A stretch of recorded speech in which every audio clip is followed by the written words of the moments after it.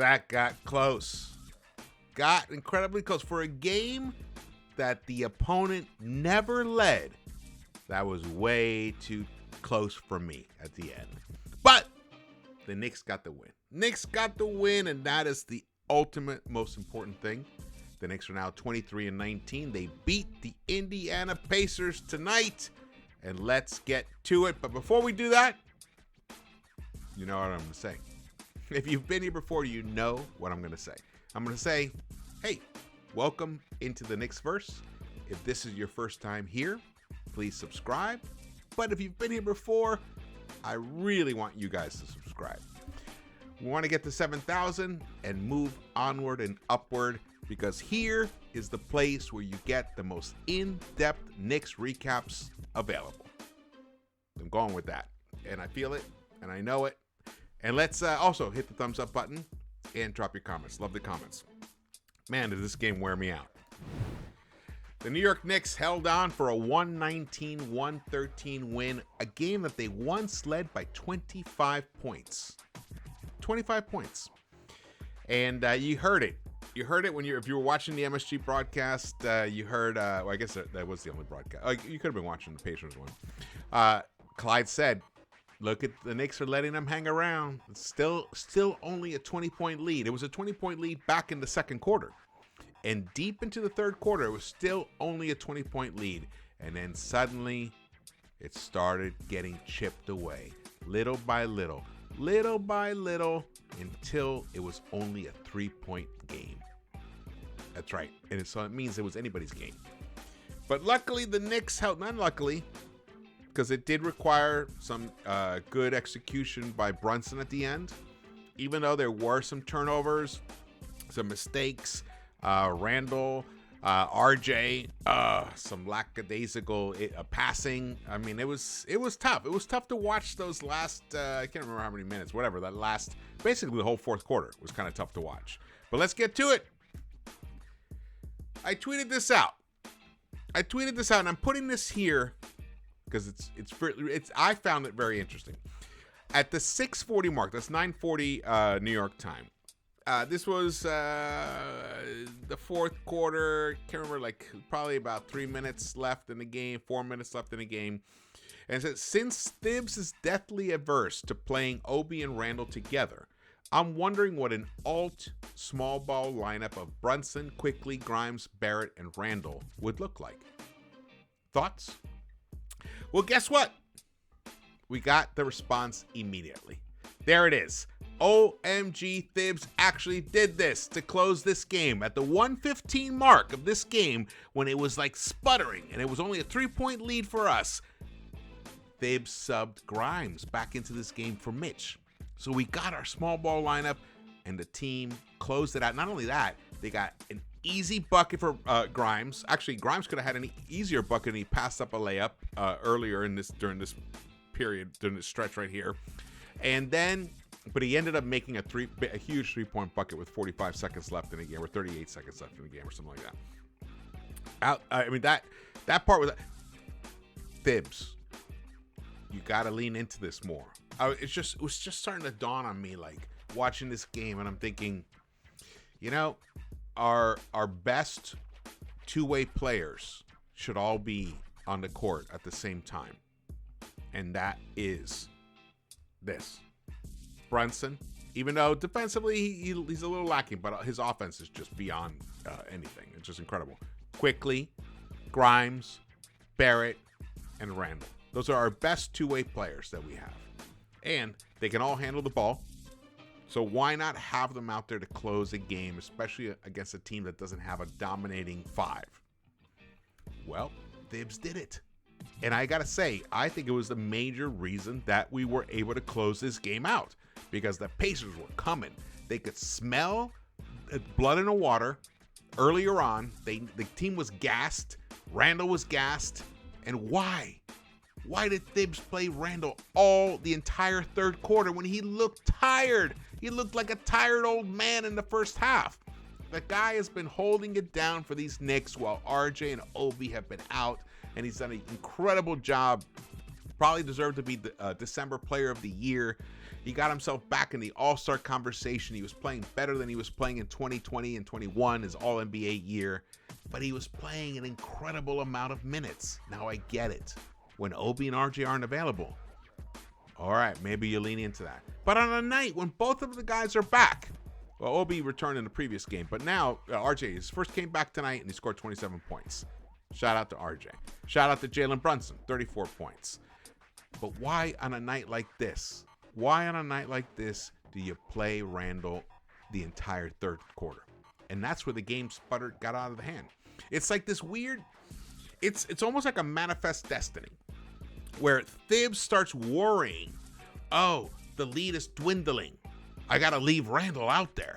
No, dude. Randall was doing nothing. He's tired. The legs, there's nothing there. They're just noodles. His shot is off. What's he doing? Get him some rest. Now, the thing is, Randall is, like an unbelievable physical specimen, like an incredible athlete.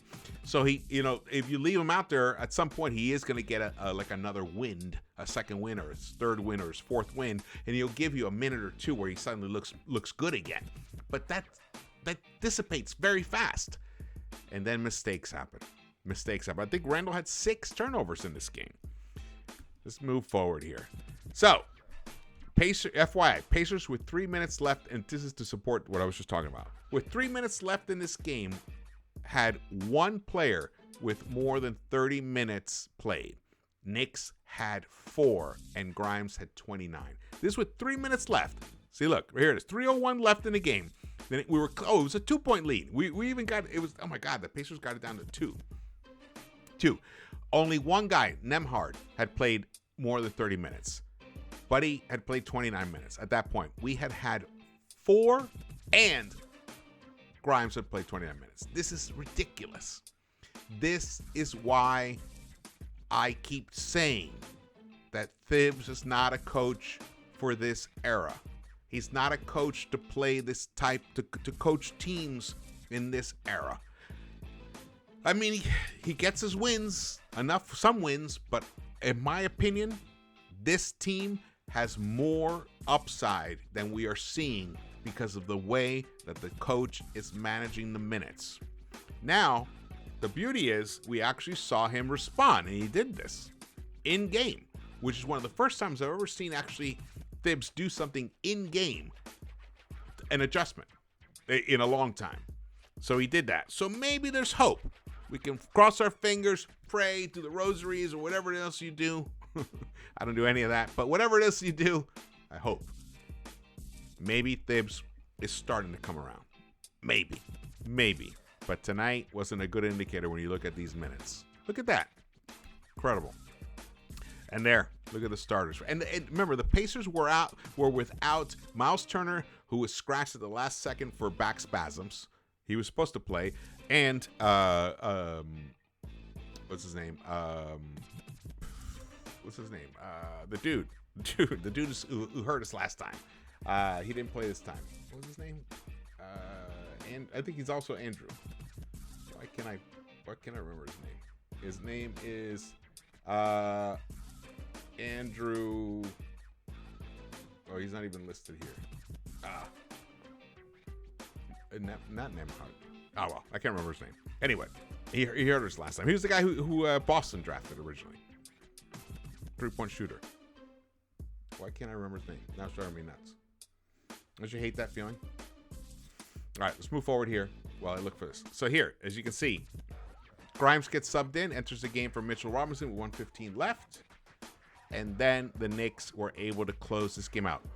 Grimes hits a big 3-pointer. RJ hits a couple of key free throws at the end. But Benedict Mathurin, of course, with a driving layup. He's deadly. Not Nembhard. What's his name? What the hell? Oh, Nesmith. Aaron Nesmith. God, Andrew Nembhard, Aaron Nesmith. Aaron Nesmith, who hurt us last game, very good player. He was not available for this game tonight. So the Pacers were without 2 key players, and the Knicks we were ready to blow this game out, but they let them stick around. And I'm telling you, the reason is because of the minutes allocation that Thibs uses. That is the reason.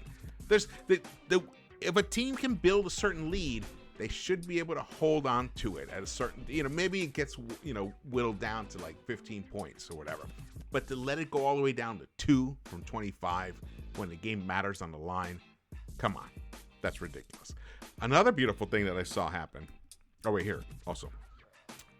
Grimes that makes a dunk. That was on, by the way, a nice rebound on the defensive end. And they kicked it out right away. I forgot who passed. I guess it was, it was Quickly. Found Grimes on the other end for a dunk. That's just something that you don't get when you have a big man on the court. You just don't get those easy buckets like that. Now, do you give up rim protection? Yes, you do. But you gain something else. You gain fluidity. You gain motion in your offense. You gain confidence in your offense.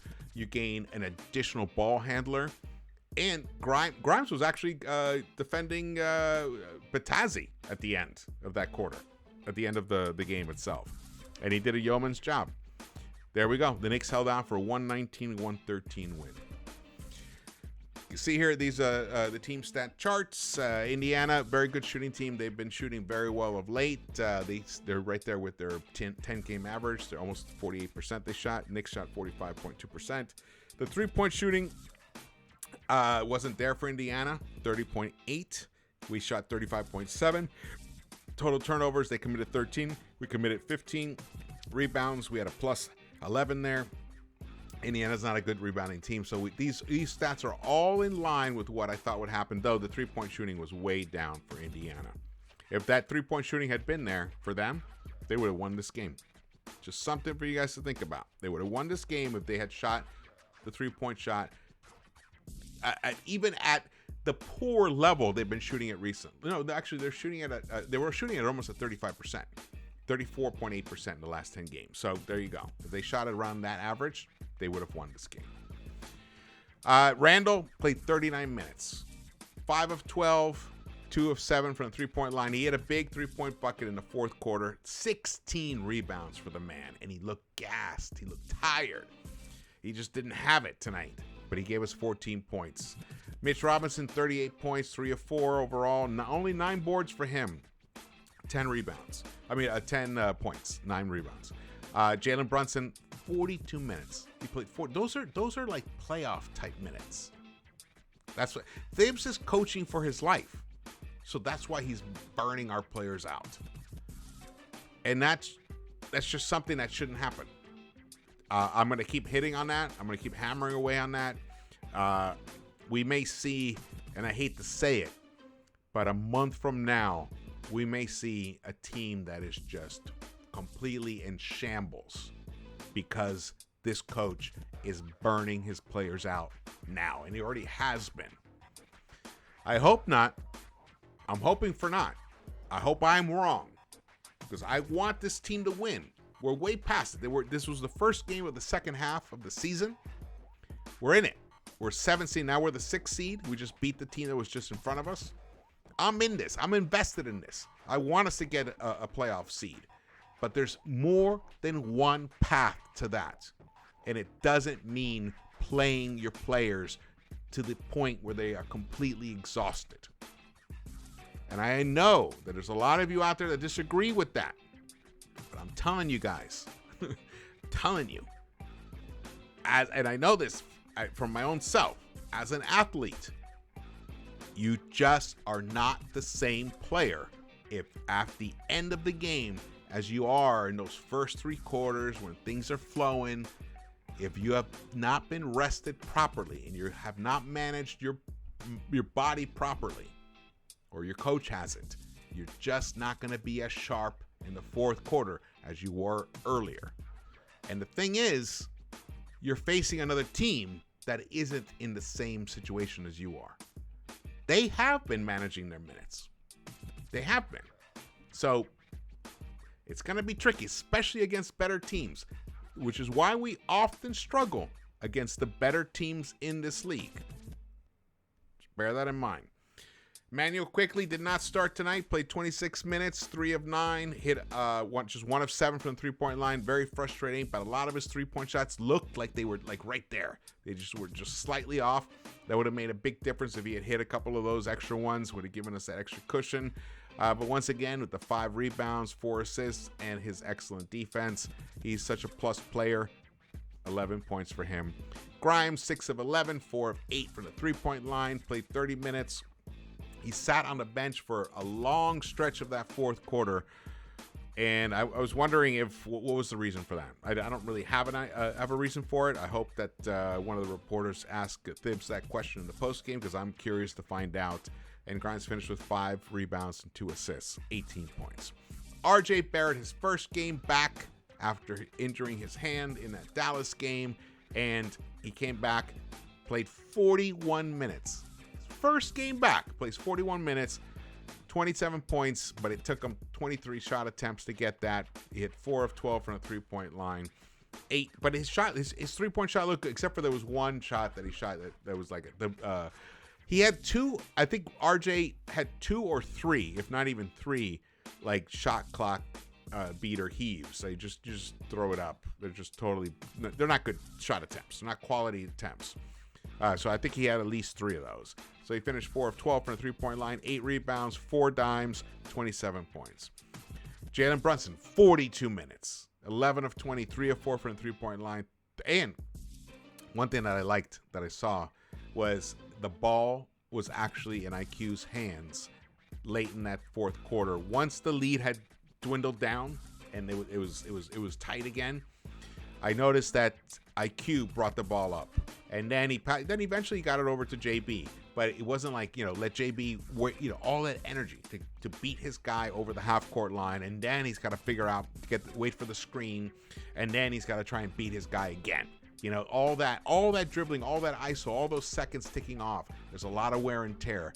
Finally, and this is something you guys know, I've been asking for that. I've been asking for that ball to be in IQ's hands more in that fourth quarter and use JB as the off guard, kind of like the way Dallas used him with Luka. Not that IQ is a Luka level, but we're talking about preserving our players and putting them in the best position for them to deliver, and it worked. Look at him. He was a key player in that fourth quarter, in the late stretch of the fourth quarter. 34 points for him. And I already talked about Randall and everybody else. Obi Toppin hit his 1 3-pointer, 5 points. I would have liked. I don't know why he only played 9 minutes. It's a head scratcher. Why did Deuce only play 6 minutes? Another head scratcher. Totally unnecessary. Totally unnecessary. The plus minus. Randall finished with a plus 9. Mitch plus 3. Brunson plus 7. Barrett plus 4. Grimes with a plus 14. But he played the least amount of minutes there. So during that stretch where the lead was given up, Grimes was on the bench. Maybe he should have been in the game. Indiana Pacers. Here we go. Buddy Hield. God, can that guy hit a tough 3? That one that he hit towards the end almost killed me there. He shot 11 of 27 of 15 from the three-point line. 31 points for him. He was the leading scorer for the Indiana Pacers. Tyrese Halliburton. You know what? Only played 27 minutes. I know he shot 6 of 12, but 1 of 5 only from the three-point line. Did finish with 7 assists and 3 rebounds and 15 points. Wasn't much of an impact in this game. Not at all. Andrew Nembhard, 34 minutes, 4 of 10 overall, 11 points. But Benedict Mathurin, proven he is the rookie of the year, in my opinion, hands down, because he's contributing on a team that is competing and winning games, unlike the Orlando Magic. So Benedict Mathurin should be the rookie of the year if everything continues the way it is. He finished with 20 points tonight, 6 rebounds, 7 of 13 overall, 1 of 4 from the three-point line. Love me some Benedict Mathurin. TJ McConnell, again, always the Knicks killer. He's the nemesis. Finished with 14 points, and he was deadly in that fourth quarter, running around. I would like to have seen Deuce on him in that fourth quarter, but we didn't see it. The team stats, here we go. The Knicks shot 45.2%, and the Pacers shot 47.8%. We already went through that. There we go. Free throws. We hit our free throws tonight. Big. I mean, if we had shot our free throws the way we had been shooting it of late, poorly, 65%, we would have lost this game. Probably would have lost this game. We out-rebounded the Pacers, but again, the assists are way down. A paltry 21 assists for these Knicks. There is literally no reason No reason on a night when the Knicks shoot 45% overall and 35% from the three-point line that you only have 21 assists. That should be at least 25 or more. Look at the Pacers. They shot worse than us from the three-point line, and they finished with 27 assists. We got crushed on a fast break, 20-6. The Pacers are one of the best teams in the fast break. Remember in the earlier part of the season when we were one of the best teams in the fast break? That's gone away. We also got crushed in the paint, 54-38. Damn, that's a plus 16 for the Indiana Pacers. Luckily, we had that plus 13 on the free throw line to make up for that. The turnovers, 15 turnovers for the New York Knicks. That's bordering on too many right there. But we did have nine steals. Mitch had a really nice steal in that fourth quarter. Even though I do think that we should have been more focused on small ball to adapt to what the Pacers were doing. The Knicks, as you can see, we led by 25 points at one time, and the Pacers never led this game. That's it. Oh, man. Well, it's a relief to win. It's a relief that we are firmly in sixth place. Let me just confirm that, because I hate saying stuff that is not accurate. Yes, the Knicks are 23-19. We've won 54.8% of our games. We're 7 games back from Boston, and we are firmly in sixth place, tied with Indiana, but we actually have the lead because we have the season advantage on them. We're still a plus 2.8. We've won 5 out of our last 10 games. I want to see us go on a nice little run right now. We could probably win the next 2 games fairly easily. Well, every time I say that, we know what happens. So let's just hope the Knicks can somehow pull this together and we can get another little streak going. We play the Wizards on Friday, and we play the Pistons on Sunday. Fingers crossed, things continue. Let's keep hoping that Thibs watches this tape, looks at the box score, and sees the same things that we're seeing right now, and make those adjustments. Thibs, you have to believe in your players. You have to believe in them. When you don't give them the minutes, it's hard for them to deliver for you. Trust. Thank you guys for watching this. Again, please subscribe, hit the thumbs up button, drop your comments, and I will see you around the Knicks.